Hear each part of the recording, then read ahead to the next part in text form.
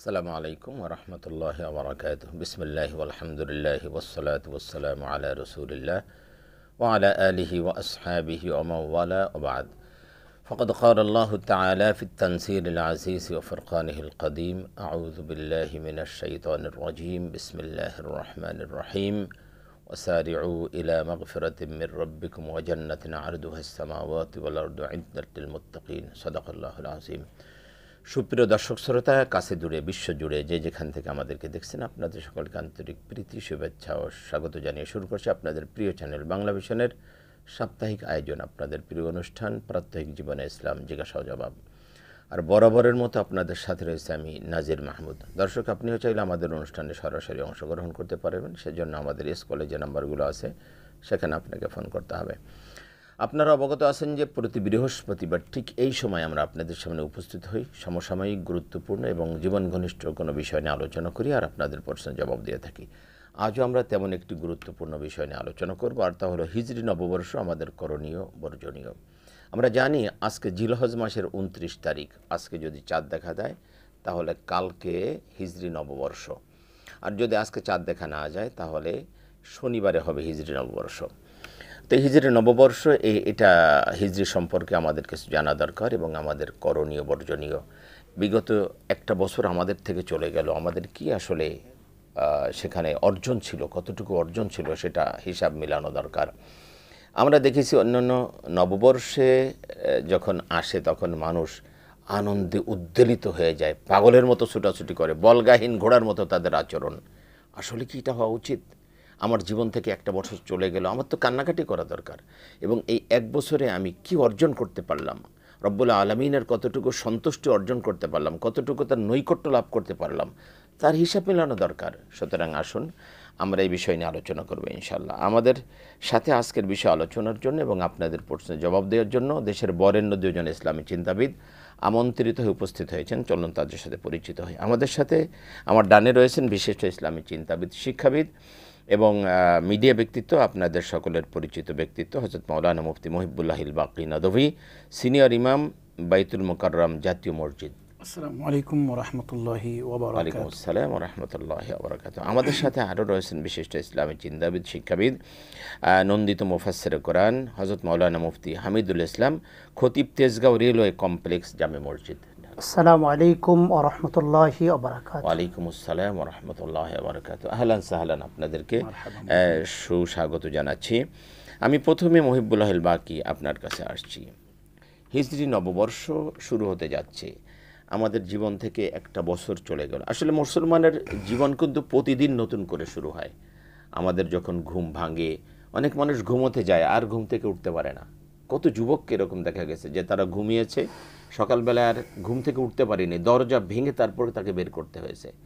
তো আমাদের নতুন করে জীবন শুরু হয় প্রতিদিন প্রভাতে, এবং আল্লাহ রাব্বুল আলামিনের কাছে সেজদা দিয়ে আমাদের দিনটা শুরু করি আমরা। এটা হলো মুসলমানের। এবং সেজদার আগে যে কাজগুলো করি এটা তো নামাজের জন্য প্রস্তুতি, ওয়াশরুমে যাওয়া, ওযু করা, এটা নামাজের জন্য প্রস্তুতি। বাট আমাদের জীবন শুরু হয় কিন্তু নামাজ দিয়ে, আল্লাহ রাব্বুল আলামিনের সামনে সেজদা দিয়ে। এটাই হলো মুসলমানের জীবন।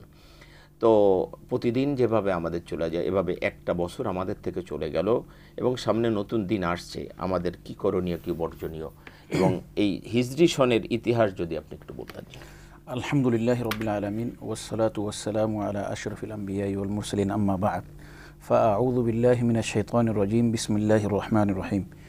ইকতারাবা লিন-নাসি হিসাবুহুম ওয়া হুম ফি গাফলাতিন মু'রিদুন। সাদাকাল্লাহুল আযীম। আসলে আজকে 29শে জিলহজ, সেই হিসাব করলে আগামীকাল থেকে হয়তো চাঁদ দেখা গেলে 1447 হিজরির প্রথম দিন শুরু হবে। অলরেডি সৌদি আরবে কালকে চাঁদ দেখা গেছে, সেই জন্য আজকে তাদের জন্য 1447 হিজরির নববর্ষ অলরেডি তাদের জন্য শুরু হয়ে গেছে। আমাদের আশা করা যায় যে আজকে চাঁদ দেখা যেতে পারে। অতএব এখানে দুটি বিষয় আছে। একটি হলো আমাদের করণীয়টা কি। প্রথম করণীয়টা হলো রাসূল পাক সাল্লাল্লাহু আলাইহি ওয়াসাল্লামের সাহাবায়ে কেরাম রাদিয়াল্লাহু তাআলা আনহু বলেন, আমরা কোরআন যেরকম শিখতাম সেরকমভাবে কোনো নববর্ষ যখন শুরু হতো তখন আমরা একটা দোয়াও শিখতাম। সেটা হলো কি, আল্লাহুম্মা আদখিলহু আলাইনা বিল আমনি ওয়াল ঈমান ওয়াস সালামাতি ওয়াল ইসলাম ওয়া জিওয়ারিম মিনাশ শাইতান ওয়া রিদাম মিনার রহমান। সুবহানাল্লাহ। আল্লাহ, আমরা যে নতুন বছরে প্রবেশ করছি সেটা আমাদের নিরাপত্তার সাথে শান্তির সাথে প্রবেশ করার তৌফিক দান করেন এবং আমাদেরকে শয়তানের কুমন্ত্রণা থেকে আমাদেরকে রক্ষা করেন এবং আপনার সন্তুষ্টির মাধ্যমে যেন এই আগন্ত মানে বছরটি যেন আমরা অতিবাহিত করতে পারি তার তৌফিক দান করেন। তাহলে প্রথমে এখানে যে জিনিসটি চাইতে হবে সেটা হলো আমরা যে একটা বছর অতিবাহিত করলাম অর্থাৎ একটা মিনিট যাওয়া মানে আপনার বয়স কমে যাচ্ছে জীবন থেকে এক মিনিট আমরা যদিও মানে বলি যে তার বয়স বাড়তেছে, বয়স বাড়তেছে মনে হচ্ছে যে আমি খুব একটা পুরস্কারের জন্য অপেক্ষা করতেছি, তাই না? আপনার যা বাজেট আছে তার থেকে কমতেছে, বয়স কমতেছে। সেজন্য আল্লাহ পাক ওই যে আব্দুল্লাহ আলিমের একটা গান আছে কিন্তু এরকম, সবাই বলে বয়স বলে বাড়ে, আমি বলি কম, এরকম আসলে বয়স কমে যাচ্ছে আমাদের। সেজন্য আল্লাহ পাক বলেন আউযু বিল্লাহি মিনাশ শাইতানির রাজিম ইকতারাবা লিন-নাসি হিসাবুহুম। যতক্ষণ যাচ্ছে, যত মিনিট যাচ্ছে, যত সেকেন্ড যাচ্ছে, যত বছর যাচ্ছে, তাদের জন্য তত বেশি হিসাব নিকটবর্তী হয়ে যাচ্ছে। ওয়াহুম ফি গফলাতিন মুরিদুন, এবং তারা যত বয়স বাড়তেছে তত বেশি তারা গাফিল হয়ে যাচ্ছে এবং যে হিসাবের দিনটা যে কাছে আসতেছে সেটার অনুভূতির পরিবর্তে, অনুভব করার পরিবর্তে বারবার তারা গাফিল হয়ে যাচ্ছে, উদাসীন হয়ে যাচ্ছে। আসলে আমাদের কি করা দরকার ছিল? দ্বিতীয় নম্বর কথা হচ্ছে যে একটা বছর যে চলে গেল এর জন্য আমাদেরকে আল্লাহর কাছে কান্নাকাটি করতে হবে। আল্লাহ, তুমি আমাদেরকে এত বড় একটা নিয়ামত দিছ। রাসূল পাক সাল্লাল্লাহু আলাইহি ওয়াসাল্লাম বলেন পাঁচটি জিনিস পাওয়ার আগে তোমরা কি করো? সতর্ক হও। ইগতানিম খামসান ক্বাবলা খামসিন হায়াতাকা ক্বাবলা মাউতিক। তোমার মৃত্যু আসার আগে তোমার জীবনের প্রত্যেকটি ক্ষণকে তুমি গনিমত মনে করো, মূল্যায়ন করো। তাহলে আমাদের হায়াতটা চলে যাচ্ছে, এটা আমরা মূল্যায়ন করতে পারি না। এর জন্য আমাদেরকে প্রথমে আল্লাহর কাছে অনুশোচনা করতে হবে, তাওবা করতে হবে। দ্বিতীয়, আমি এই যে হিজরি নববর্ষ এটা দেখলে আমার খুব আশ্চর্য লাগে। আল্লাহ পাক বলেন আউযু বিল্লাহি মিনাশ শাইতানির রাজিম ইন্না ইদ্দাতাশ শুহুরি ইনদাল্লাহি 12 শাহরান ফি কিতাবিল্লাহ ইয়াওমা খালাকাস সামাওয়াতি ওয়াল আরদা মিনহা আরবাআতুন হুরুম। যে আল্লাহ পাক যেই দিন থেকে আকাশ এবং জমি সৃষ্টি করেছেন সেই দিন থেকে প্রাকৃতিকগতভাবে আল্লাহ পাক বছরটাকে 12টি মাস দিয়ে সাজিয়েছেন। আল্লাহ পাক নির্ধারণ করে দিয়েছেন বছর যে 12 মাস, এটা মানুষের আবিষ্কৃত নয়। যার কারণে দেখেন আমি মাঝে মধ্যে চিন্তা করি, তৎকালীন যুগে তো একেবারে পৃথিবীর পূর্ব প্রান্তের সাথে পশ্চিম প্রান্তের কোনো যুগ ছিল না, কিন্তু পূর্ব প্রান্তে যে এরকম বছরটাকে 12 মাসে হিসাব করছে, পশ্চিম প্রান্তের লোকেরা তাদের সাথে পরামর্শ করে 12 মাস করে নেই, তারাও 12 মাসে করে। তাহলে এটা আল্লাহ যে দাবি করেছেন, এটা আমি যেই দিন আকাশ এবং জমি সৃষ্টি করেছি সেই দিন থেকে প্রাকৃতিকগতভাবে এমনভাবে সৃষ্টি করেছে যাতে করে 12টি মাস হয়। আপনি তার জন্য দেখেন, এবং আমরা কতক সময় মাস ভুলেও যেতে পারি। সেদিন আল্লাহ পাক বলেন যে না, সূর্য প্রত্যেকদিন কমতেছে বাড়তেছে, এটা তোমরা একেবারে খুব প্রত্যেকদিন বোঝাও নাও যাইতে পারে। শীতকাল আসতেছে ক্রমান্বয়ে এমনভাবে আসতেছে তোমরা বুঝতেছো না, কিন্তু আমি একটা চাঁদ এমনভাবে দিয়েছি যে তোমাদের বছর যে মাস 12 মাস সেটা বোঝার জন্য একটা নতুন চাঁদ উদিত হচ্ছে স্পষ্ট, একটা পুরাতন চাঁদ একেবারে ক্ষয় যাচ্ছে স্পষ্ট। তো এইটা যে একটা নিদর্শন দিয়ে দিল, এটা একটা চাঁদের এই যে মানে শেষ হয়ে যাওয়া, নতুন করে ওঠা, এটা কিন্তু মানুষকে মনে করে দিচ্ছে এক মাস শেষ হয়ে গেল, এক মাস শেষ হয়ে গেল। দেখেন এখানে আরেকটা জিনিস আছে, আপনি একটা কথা বলেছেন যে হিজরি নববর্ষের ইতিহাসটা কি।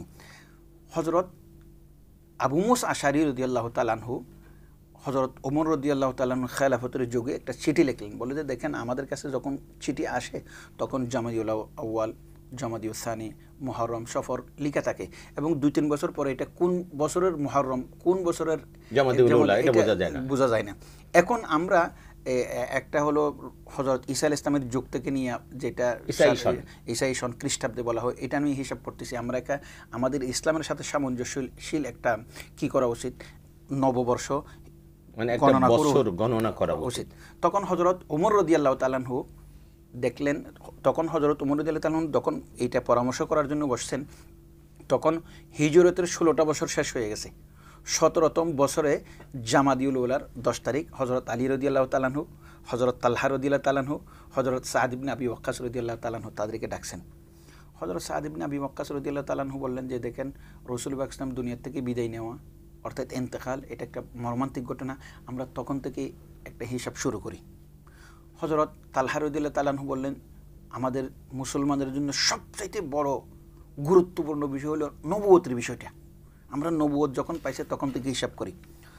হযরত আলী রাদিয়াল্লাহু তাআলা আনহুর বিচক্ষণতা দেখেন, উনি বললেন যে না, এখানে দেখেন রাসূল পাক সাল্লাল্লাহু আলাইহি ওয়াসাল্লামের জন্ম থেকে যে হিসাব করা হয় তাহলে ঈসাইরা খ্রিস্টানরা যেরকম জন্ম মৃত্যুকে পালন করে, মুসলমানও সেই পালনের দিকে ঝুঁকে যাবে। আর নবুয়তের বিষয়টা এমন যে নবুয়তটা কখন পাইছে একদম আমাদের জানা নেই, যদিও রমজানে বলা হচ্ছে। আর রাসূল পাক সাল্লাল্লাহু আলাইহি ওয়াসাল্লামের দুনিয়া থেকে বিদায় নিয়ে যাবে একটা শোক, এটা দিয়ে আমরা একটা নববর্ষ কেমনে শুরু করব? তো হযরত ওমর রাদিয়াল্লাহু তাআলা বললেন যে আলী, আপনার সব কথা ঠিক আছে, তুমি বলো যে রাসূল পাক সাল্লাল্লাহু আলাইহি ওয়াসাল্লামের হিজরত একটা গুরুত্বপূর্ণ জিনিস। কারণ রাসূল মক্কা শরীফ থেকে মদিনা হিজরত করেছে, এর অর্থ হলো ইসলাম পূর্ব প্রান্ত থেকে পশ্চিম প্রান্তে পৌঁছে গেছে, উত্তর প্রান্ত থেকে দক্ষিণ প্রান্ত পৌঁছে গেছে। হিজরত একটা এরকম একটা ঘটনা। তখন হযরত ওমর রাদিয়াল্লাহু তাআলা আনহু, রাসূল পাক সাল্লাল্লাহু আলাইহি ওয়াসাল্লাম হিজরত করেছেন হযরত ঈসা আলাইহিস সালামের জন্মর 622 খ্রিস্টাব্দে, 622 খ্রিস্টাব্দে, যে বছর মুহররম মাসের 27 তারিখ এবং রবিউল আউয়ালের 12 তারিখ মদিনা শরীফ পৌঁছেছেন হযরত ওমর রাদিয়াল্লাহু তাআলা আনহু। রাসূল পাক সাল্লাল্লাহু আলাইহি ওয়াসাল্লামের হিজরত থেকে বছর গণনা শুরু করেন। আমি আবারও আপনার কাছে আসবো ইনশাআল্লাহ। আমি মুফতি হামিদুল ইসলাম আপনার কাছে আসছি। আমরা জানি এই যে হিজরি নববর্ষ শুরু হচ্ছে, নতুন একটা জীবন, নতুন একটা বছর শুরু হচ্ছে, এটা একটা বড় বিষয়। আমরা যদি দেখি যে বলছেন ইন্না ইদ্দাতাশ শুহুরি ইনদাল্লাহি 12 শাহরান ফি কিতাবিল্লাহ, 12 মাস, এর মধ্যে 4টা মাস হলো আল্লাহ পাক অতি মোবারক, অতি মুহররম, সম্মানিত মাস। তার মধ্যে ধারাবাহিকভাবে 3টা মাস, জিলকদ, জিলহজ, মুহররম।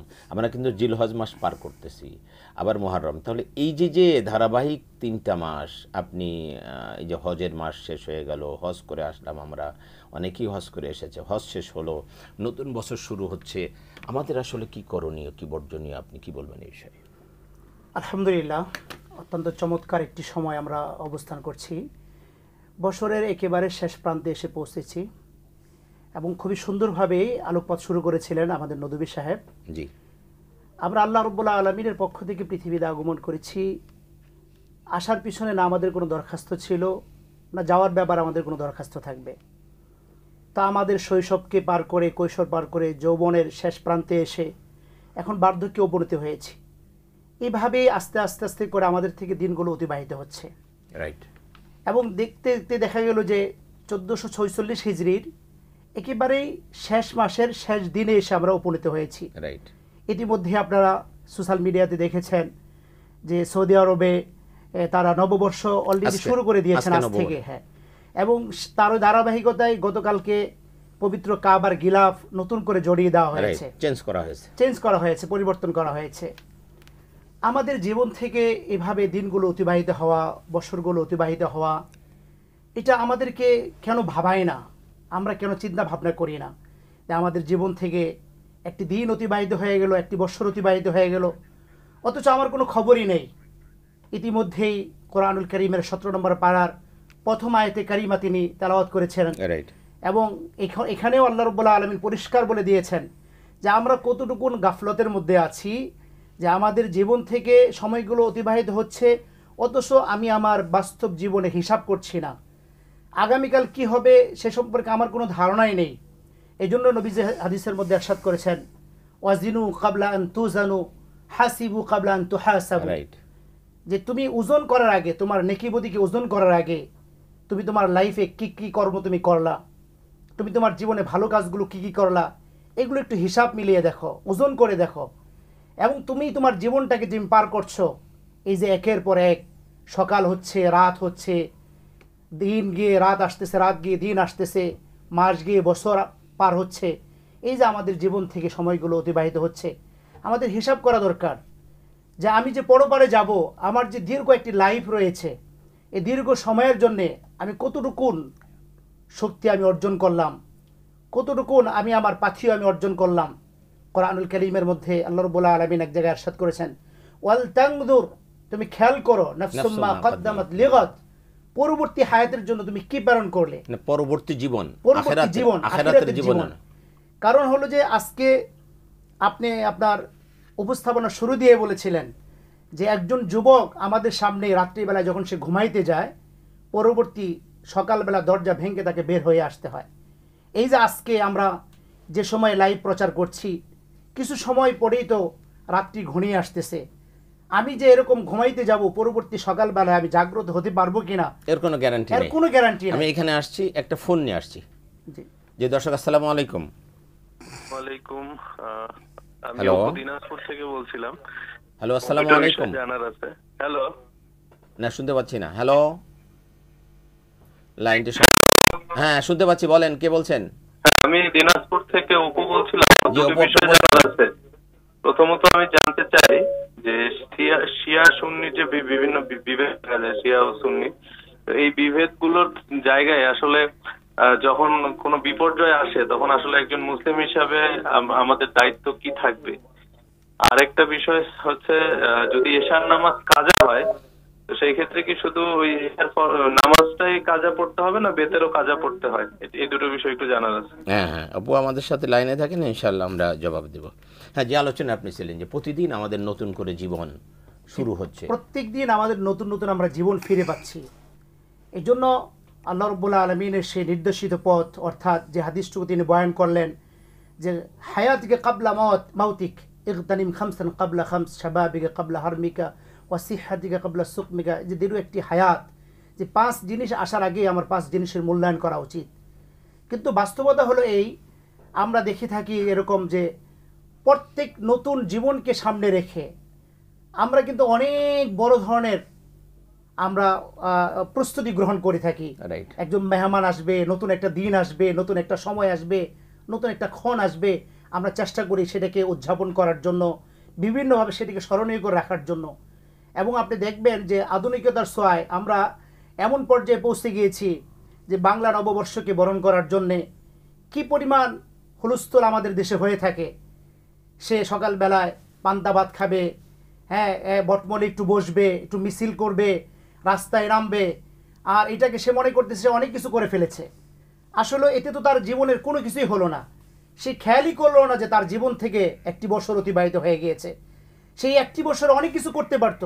একজন মানুষের জীবনে সে যদি প্রতিটা মুহূর্ত নিয়ে ভাবে, প্রতিটা দিন নিয়ে ভাবে, প্রতিটা রাত নিয়ে ভাবে, সে এক একটা দিন তার জীবনের জন্য, তার জীবনের গতি পরিবর্তন করে দেওয়ার জন্য যথেষ্ট। একজন মানুষ যদি সে অল্প সময়, একজন ছাত্র যদি সে তার 1 ঘন্টাকে সে মেহনত করে তার পরীক্ষার আগে, আমি নিশ্চিতভাবে তার আগের জীবনের চাইতে, আগের পরীক্ষার প্রস্তুতির চাইতে 1 ঘন্টা ভাবে যদি সে নিবিড়ভাবে প্রস্তুতি গ্রহণ করে তার পরীক্ষা সুন্দর হবে। প্রত্যেকটা ক্ষেত্রে যখন একজন মুমিন, একজন মুসলমান তার পরবর্তী লাইফটাকে সুন্দর করার জন্য সে ভাববে, চিন্তা করবে, তার জীবন সুন্দর হতে বাধ্য হবে।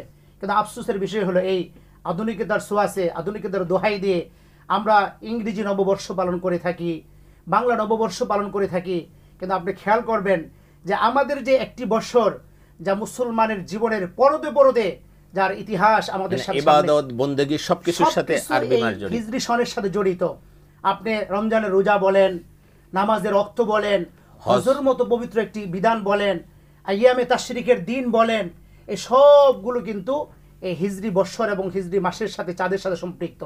কিন্তু অত্যন্ত আফসোস ও পরিতাপের বিষয় হলো এই, আমাদের দেশ কেন, এটা তো আমরা মনে করতেছি এটি মনে হয় শুধু আরবদের জন্য না, আরব, অনারব, শ্বেতাঙ্গ, কৃষ্ণাঙ্গ সকল মুমিন মুসলমানের জন্য হিজরি সনকে গণনা করা এবং চাঁদের অবস্থাকে জানা এটা অপরিহার্য বিষয়। এটা ফরজে কিফায়া, এটা ফরজে কিফায়া।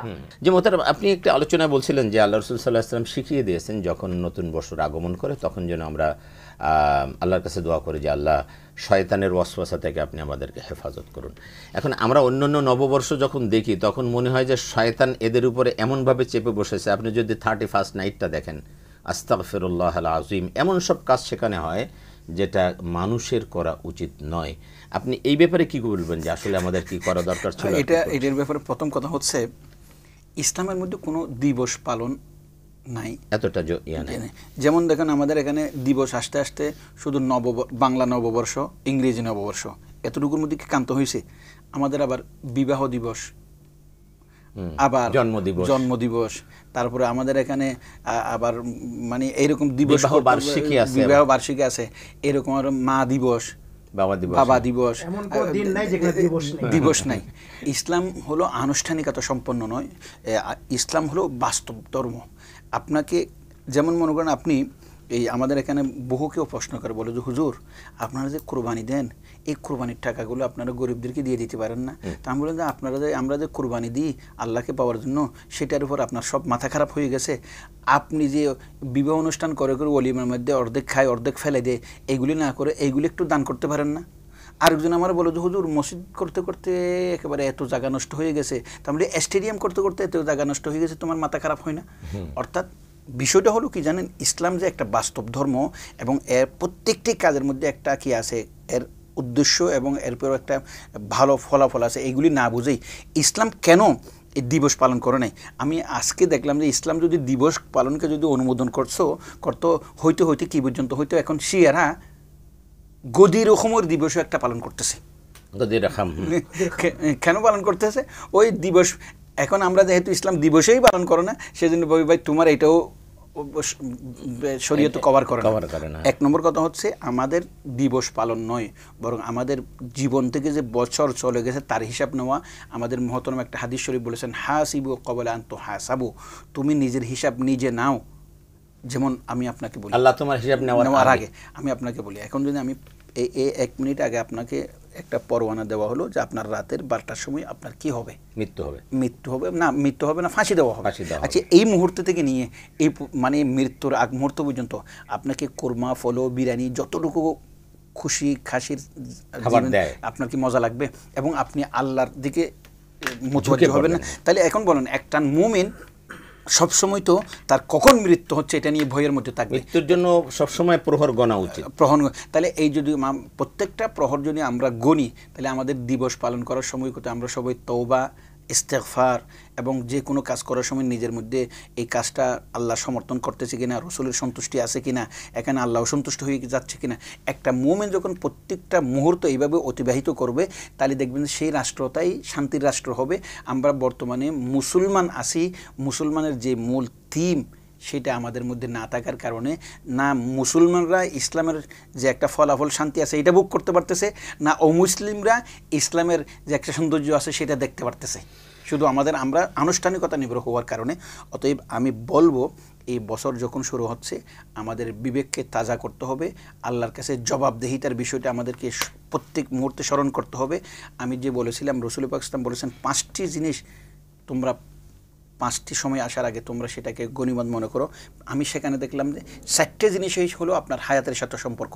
রাসূল পাক সাল্লাল্লাহু আলাইহি ওয়াসাল্লাম বলেছেন, ইগতানিম খবসান কবলা খমসিন হায়াতাকা কবলা মৌতিক। 1 নম্বর, তোমার জীবন মৃত্যু আসার আগে।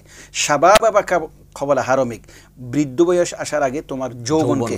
এবং সিহহাতাকা কবলা সুকমিক, তোমার অসুস্থতা আসার আগে তোমার সুস্থতা। ফারাগাকা কবলা শুগলিক, তুমি ব্যস্ত হওয়ার আগে তোমার অবসর সময়কে মূল্যায়ন। চারোটা কিন্তু একেবারেই কিসের সাথে? সময়ের সাথে।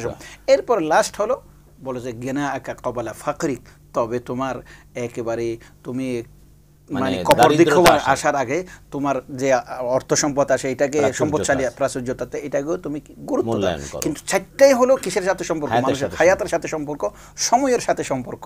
আমি মুফতি হামিদুল ইসলাম আপনার কাছে আসছি। আমি একটা হজের একটা প্রশ্ন নিয়ে আপনার কাছে আসবো। হজ তো আসলে আপনি দীর্ঘদিন আসেনের সাথে জড়িত, প্রত্যেক বছর আপনার হজে যাওয়া হয়। এবার হজে ব্যতিক্রম কি দেখলেন? এবার হজটাকে আমার কাছে মনে হয়েছে যে আমি বিগত দিনে যত হজ করেছি এবার হজটা অনেক সহজ ছিল। আপনার এই কাছে আমি এটা শুনবো, তার একটা ফোন নিব। দর্শক আসসালামু আলাইকুম। ওয়ালাইকুম আসসালাম ওয়া রাহমাতুল্লাহ। আমি মোহাম্মদ এরশাদুল্লাহ, ঢাকা থেকে বলছি। জি এরশাদ ভাই, আমরা প্রায় শুনি যে মাওলা আলী। জি, মাওলা আলী কারা বলছে এবং মাওলা আবু বকর নয় কেন, মাওলা ওমর নয় কেন, মাওলা উসমান নয় কেন? আর আরেকটা প্রশ্ন হচ্ছে যে আলী, আমরা যে নামাজের মধ্যে দুরূদ পড়ি সেখানে আলী মুহাম্মদ আল কারা আসলে? জি জি, এই প্রশ্ন আমার। জি এরশাদ ভাই, আপনি আমাদের সাথে থাকুন, ইনশাআল্লাহ আমরা জবাব দিব। জি হামিদুল ইসলাম, আপনার কাছে আমি যে প্রশ্ন করেছিলাম, এবারের হজের মাস এখনো শেষ হয় নাই, এখনো কিন্তু আমরা হজের মাসের মধ্যে আছি, যদিও সৌদি আরবে শেষ হয়ে গেছে। তো হজের বিষয়টা যদি আপনি বলতেন, এবারের হজে আপনার অভিজ্ঞতা এবং যে বিষয়টা ছিল, আমার কাছে মনে হয়েছে যে এবার হজটা খুব সহজে হয়েছে আলহামদুলিল্লাহ। মোহতারাম, দেখুন আসলে হজ তো এটি ইসলামের অন্যতম একটি ব্যানা। ইসলামের 5টি রুকনের অন্যতম একটি রুকন হলো হজ। হজ সবার উপরে ফরজ নয়, মূলত কতিপয় কিছু ব্যক্তির উপর আল্লাহ রাব্বুল আলামিন হজকে ফরজ করেছেন। কোরআনুল কারীমের ভাষ্য অনুযায়ী, ওয়ালিল্লাহি আলান নাসি হিজ্জুল বাইতি মান ইসতাতাআ ইলাইহি সাবিলা, যে ব্যক্তি সামর্থ্য রাখেন আল্লাহর ঘর পর্যন্ত পৌঁছার, হজ ফরজ তো ওই ব্যক্তির উপরে যে সুস্থ, যে স্বাধীন, যে মুসলমান, যে এই পরিমাণ ওইখানে যাওয়ার খরচাদি বহন করতে সক্ষম, এমন ব্যক্তির উপর হজ ফরজ। বিশেষ করে সৌদি যে গভর্নমেন্ট এবং তাদের যে নিয়ম নীতি, তাদের যে আহকাম, তাদের পক্ষ থেকে যে করণীয়, এটি যদি কেউ ফলো না করে তাহলে তার জন্য হজ জরুরি নয়। বিশেষ করে এখানে এটা বলা যায়, আপনি আপনার উপর হজ ফরজ হয়েছে কিন্তু সৌদি সরকার আপনাকে ভিসা দেয় নাই, আপনি হজে যেতে পারবেন না।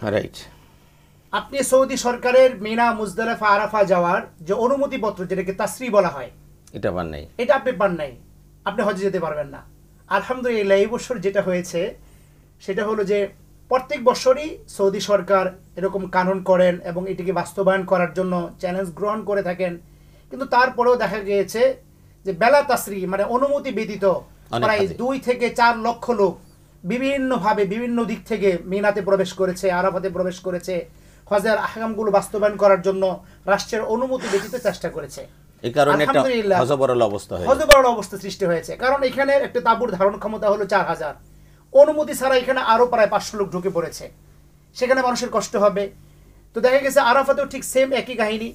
তো এই ঘটনাগুলো ইতিপূর্বে হওয়ার কারণে হজের মধ্যে হাজিদের সত্যিকার অর্থে যারা অনুমতি নিয়ে হজে ঢুকেছেন তাদের জন্য কষ্টকর হয়েছে। এই বছর যেটা তারা করেছে সেটা হলো যে কোনো উপায় হোক, যেভাবেই হোক, কোনো ক্রমেই যেন বেলা তাসরি হজের অনুমতি ছাড়া যেন কেউ হুদুদে হারামের মধ্যে প্রবেশ করতে না পারে। এটা তারা একেবারে স্ট্রিক্ট ছিল, একদম স্ট্রিক্ট ছিল, একদম 100 তারা এটাকে বাস্তবায়ন করছে।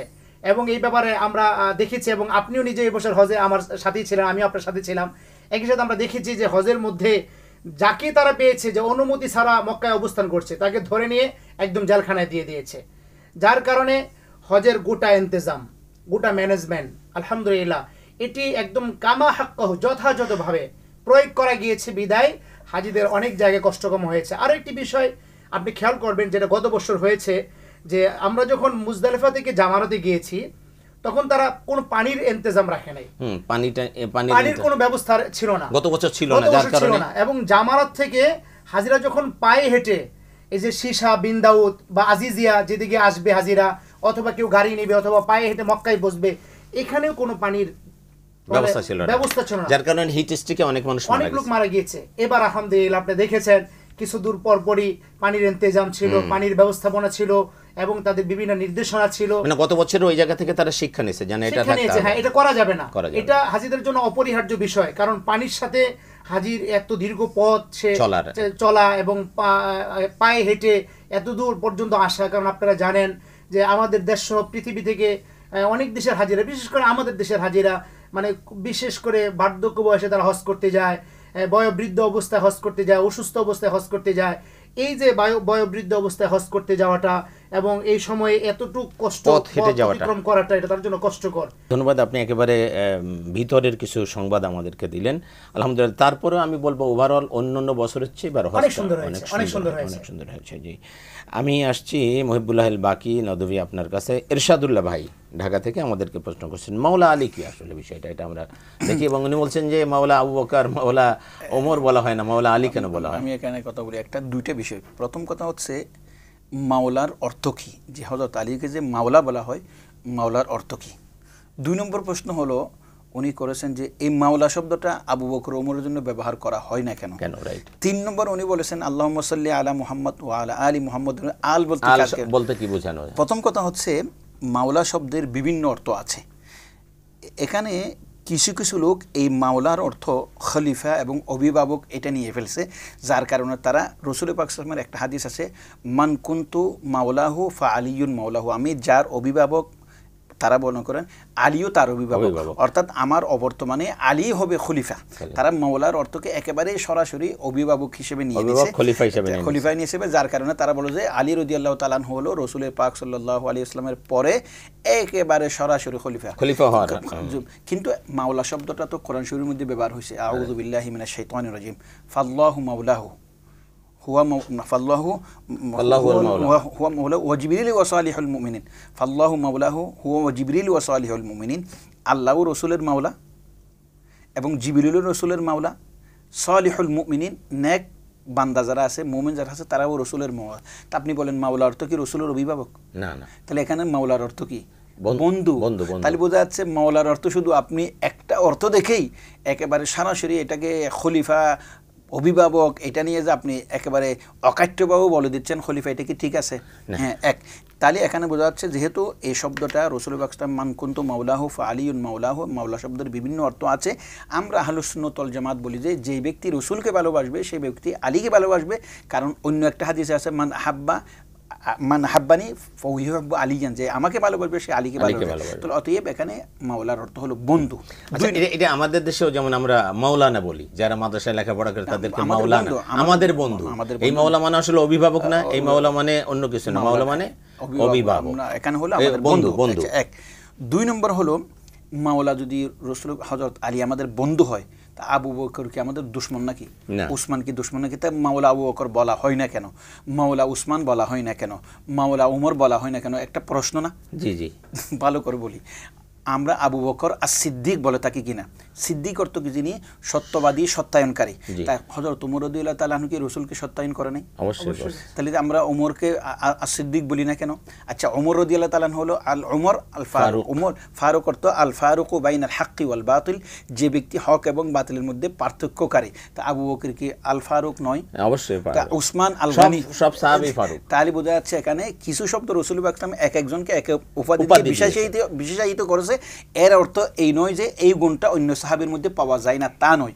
অতএব সিদ্দিক রাসূল পাক সাল্লাল্লাহু আলাইহি ওয়াসাল্লাম হযরত আবু বকরের উপাধি, সেটা ওমরের মধ্যেও পাওয়া যায়, কিন্তু আবু বকরের জন্য এই উপাধিটা খ্যাতি অর্জন করেছে।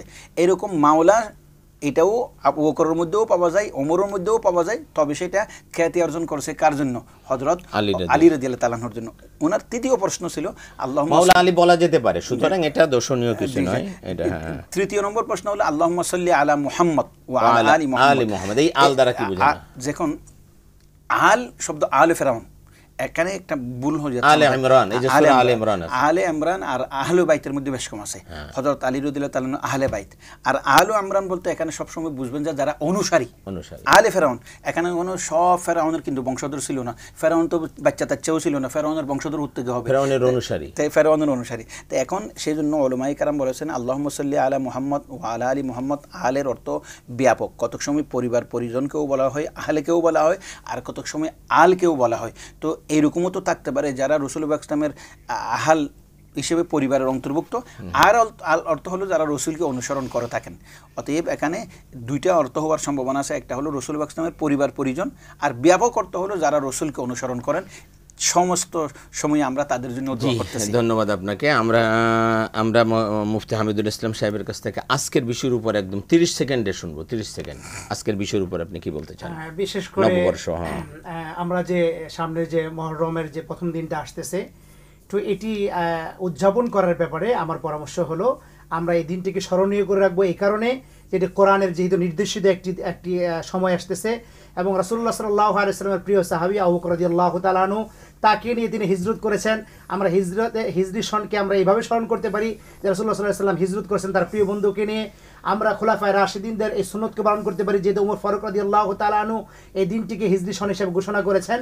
এছাড়াও কোরআন ও হাদিসের সমস্ত বিধিবিধানগুলো পালন করার জন্য আমরা এই হিজরি বর্ষকে আমরা সামনে রেখে স্মরণ রাখবো এবং এটিকে যথাযথভাবে মূল্যায়ন দিয়ে আমরা বাস্তব জীবনে। জি, ধন্যবাদ আপনাদের উভয়কে অনেক চমৎকার আলোচনার জন্য। প্রিয় দর্শক, আমরা অনুষ্ঠানের একেবারে শেষ প্রান্তে চলে এসেছি। একে একে করে আমাদের জীবন থেকে কিন্তু সময়গুলো চলে যাচ্ছে।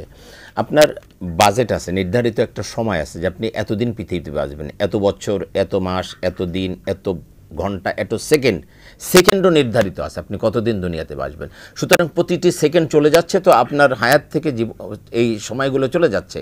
এমনটি না যে আপনি আরও বেশি পাবেন না, যেটা নির্ধারিত ওইটাই আপনি, এরপরে আপনাকে চলে যেতে হবে।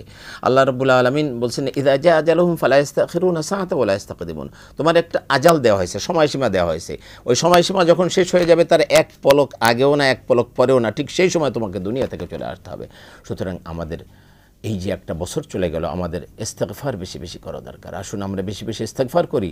বিগত জীবনে যে ভুলগুলো হয়ে গেছে, যে গুনাহগুলো হয়েছে, তার জন্য আল্লাহর কাছে ক্ষমা চাই, কান্নাকাটি করি, আল্লাহ যে ভুলগুলো হয়েছে সেগুলো আপনি ক্ষমা করে দিন। আর নতুন যে বছর আসছে সে বছর যেন আমি আপনার আনুগত্যের মধ্যে আমি থাকতে পারি, আল্লাহ এবং আল্লাহ রসুলের আনুগত্য সত্যের মধ্যে থেকে যেন জীবনকে সামনে নিয়ে যেতে পারি, সে ব্যাপারে আমাদেরকে দৃঢ় প্রতিজ্ঞ থাকা দরকার। আসুন আমরা নববর্ষের এই সময় আমরা এই কাজগুলি করি, বেশি বেশি ইস্তেগফার পড়ি। ইস্তেগফার তো এমন একটা বিষয়, এটা ছাড়া একজন মানুষের কোনো গত্যন্তর নেই। আল্লাহ রাসূল সাল্লাল্লাহু আলাইহি ওয়াসাল্লাম বলছেন, মাল্লাজিমাল ইস্তিগফার জাআলাল্লাহু লাহু মিন কুল্লি দিকিন মাখরাজান ওয়া মিন কুল্লি হাম্মিন ফারজান ওয়া রাযাকাহু মিন হাইসু লা ইয়াহতাসিব। যে ব্যক্তি ইস্তিগফারকে নিজের জন্য আবশ্যক করে নেয়, আল্লাহ রাব্বুল আলামিন সমস্ত বিপদ আপদ থেকে তাকে উদ্ধার করবেন, সমস্ত চিন্তা থেকে আল্লাহ পাক তাকে মুক্তি দিবেন এবং এমন জায়গা থেকে রিজিকের ব্যবস্থা করবেন ওই ব্যক্তি নিজেও জানে না। সুতরাং আসুন বেশি বেশি ইস্তিগফার করি। আল্লাহ পাক আমাদেরকে তৌফিক দান করুন। আপনাদের ইহকালীন পরকালীন কল্যাণ কামনা করে আজকের মতো বিদায় নিচ্ছি। আল্লাহ হাফেজ। আসসালামু আলাইকুম ওয়া রাহমাতুল্লাহি ওয়া বারাকাতুহু।